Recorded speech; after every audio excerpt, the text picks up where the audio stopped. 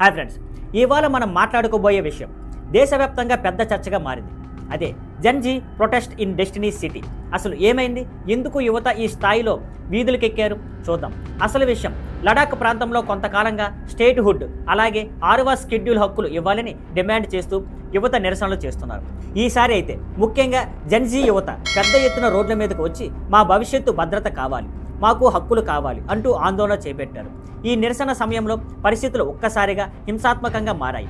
కొన్ని ప్రాంతాల్లో బీజేపీ కార్యాలయాలు, ప్రభుత్వ వాహనాలు దహనం చేయబడ్డాయి. అల్లర్లో కనీసం 4 మంది మృతి, 60 మందికి పైగా గాయాలు అయ్యాయని సమాచారం.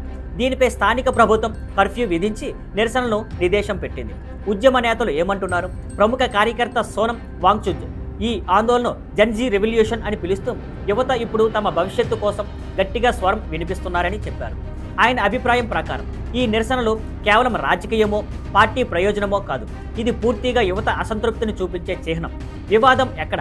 కేంద్రం మాత్రం ఈ ఆందోళన వెనుక పార్టీల ప్రమేయం లేక కుట్ర ఉందా అని ప్రశ్నిస్తోంది. కొంతమంది నేతలు దీనిని రాజకీయ లాభం కోసం ప్రేరేపించిన నిరసన అని అంటుండగా, మరోవైపు యువత మాత్రం మేము మా హక్కులు మాత్రమే అడుగుతున్నాం అని అంటున్నారు. ఇది ఎందుకు ముఖ్యమైంది? ఈ నిరసన కేవలం లడాక్కే పరిమితం కాదు. దేశవ్యాప్తంగా ఉన్న యువత, ముఖ్యంగా జెన్జీ ఇప్పుడు తమ భవిష్యత్తు, ఉద్యోగాలు, రాజకీయ హక్కుల కోసం గట్టిగా స్వరం వినిపించడం మొదలుపెట్టారని విశ్లేషకులు అంటున్నారు. ఇది ఒక పెద్ద మార్పు సంకేతం కావచ్చని కొందరు భావిస్తున్నారు. ఫ్రెండ్స్, యువత ఆగ్రహం ఒకవైపు భవిష్యత్తు కోసం ఆశలు చూపిస్తే, మరోవైపు హింస, అల్లర్లు దేశానికి సమస్యగా మారవచ్చు.